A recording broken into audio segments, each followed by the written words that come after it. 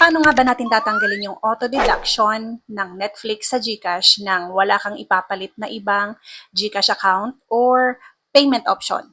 Yan ang pag-uusapan natin ngayon. Maaaring alam na ng karamihan sa inyo kung paano baguhin o palitan ang payment option, pati na rin ang subscription sa Netflix, pero papasadahan na lang din natin saglit sa mga hindi pa nakakaalam kung paano galawin ang payment settings ng Netflix. Mag-login muna tayo sa browser kasi hindi natin ma-edit ang payment settings doon sa Netflix app. So, bubuksan ko siya dito sa Chrome browser.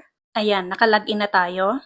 I-tap natin yung 3 lines sa taas, tapos select natin yung account. Pwede na natin ditong baguhin ang payment at subscription plan or membership. Pero paano kung ang case natin ay gusto nating tanggalin ang GCash natin sa Netflix nang walang ipapalit na ibang payment method? I-check muna natin tong mga options natin dito, tapos i-click natin tong manage payment method dito. Tingnan natin yung ibang option kasi update lang yung nakalagay dito. Pindutin natin yung 3 dots dito sa gilid. Sabi niya, to remove, add another payment method first. So, hindi natin matatanggal ang GCash dyan kahit i-cancel membership pa natin yan.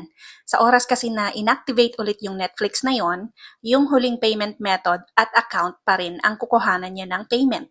Ang tanging paraan lang dyan ay itawag sa GCash customer service dito sa 2882. Kung Globe ang number mo, i-dial mo lang yan directly, walang bayad. Ang hihingin lang naman sa'yo ni GCash is yung resibo or yung text na na-receive natin kay GCash tuwing may transactions tayong ginagawa. Pwede mo ring kunin yung resibo na galing mismo sa GCash app, yung nasa transactions tab or transactions history. So, screenshot mo lang yan, tapos isend mo kay GCash. Bibigyan ka naman nila ng instruction kung paano mo send yung screenshot mo sa kanila. Normally through email yan. So, mag-i-email muna sila sa'yo tapos doon mo na i-attach yung screenshot mo. That is the only way to remove your GCash from Netflix. That is the only way to unlink it.